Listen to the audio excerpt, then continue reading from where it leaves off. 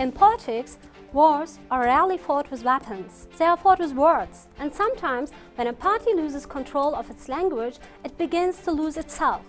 Hello, I'm Yasemin Aydın, and this is Unframed, a space where we look beyond headlines, beyond slogans, and ask what's really shaping our politics, our societies, and our collective mindsets. Our first episode begins with a sentence that sounded like a declaration of war. "We will not let these people destroy us," said Friedrich Merz after the CDU leadership's two-day strategy retreat in Berlin. The people, he meant, are those of the far-right AfD, a party now pulling neck and neck with the Christian Democrats and in some eastern states even surpassing 40%. Merz, both Chancellor and party leader, has declared them the main opponent, but the line between confrontation, imitation and insecurity is blurring fast. The CDU wants to fight the AfD without amplifying it. It wants to draw boundaries without isolating itself. And it's searching for words that resonates without dividing. At the center of this linguistic struggle stands one word: firewall. For years, it symbolized the clear barrier between the democratic center and the populist right. "In my party, there will be a firewall against the AfD," Merz promised back in 2021. "No," he says, almost casually, "that's not our language, it never was." A sentence that seems trivial but redefines political symbolism.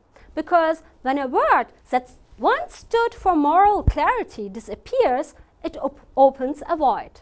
Is this merely linguistic hygiene or the beginning of strategic rethinking? For many in the CDU, abandoning the term isn't a semantic detail. It's a stress test for the party's moral identity.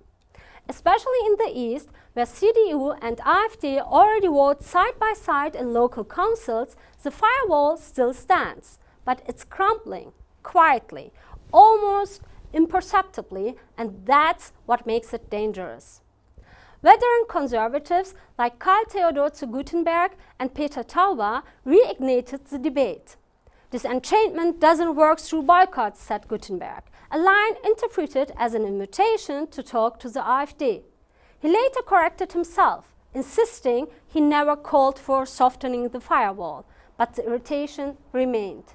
Historian Andreas Röder warned of a political vicious circle. According to him, if the CDU distances itself too much from the AfD, it's forced to govern with the left and risks losing its conservative identity. The party leadership responded with staged unity. "There are no shared values between the CDU and AfD," Merz declared. And yes, the boundaries blur. When the AfD supports a CDU bill in parliament, is that cooperation? Merz says no, but the gray zone remains, and the AfD knows how to use it. Political scientist Marcel Lewandowski describes this dynamic sharply. When mainstream parties adopt positions first voiced by the AfD, they normalize them, and that shapes how society perceives people. He warns, when conservatives speak of little pashas or problems in the cityscape, they are not just describing reality, they are reshaping it. Such language seeps into the mainstream and erodes democratic norms. The AfD doesn't need to govern to wield power, it reshapes the language, and with it, the limits of what's acceptable. The data confirms it. The AfD is no longer a fringe party. It sets the rhythm of the political debate. It defines topics, reframes concepts, and forces others to react. Meanwhile, the CDU numbers stagnate. The strategy of mirroring the AfD's rhetoric has failed. Because why would anyone choose the imitation when the original is still around? Recently, when Merz said, "We still have this problem in the cityscape," he was talking about migration and integration. But his words carried another tone. After fierce criticism, he doubled down. "I have nothing to take back. On the contrary, I stand by it," he said. For his supporters, that was straight talk. For his critics, a dangerous flirtation with the language of the far right. Next year, 5 German states will go to the polls. In Saxony-Anhalt and Mecklenburg-Vorpommern, the AfD is nearing 40%. Nationwide, it's level with the CDU at 26%. Back in 2018, Merz tweeted, "We can reach 40% again and cut the AfD in half." Today, the numbers tell a different story. His answer is no pragmatism. He is copy-pasting the narrative of the populist AfD. And that's clearly not working.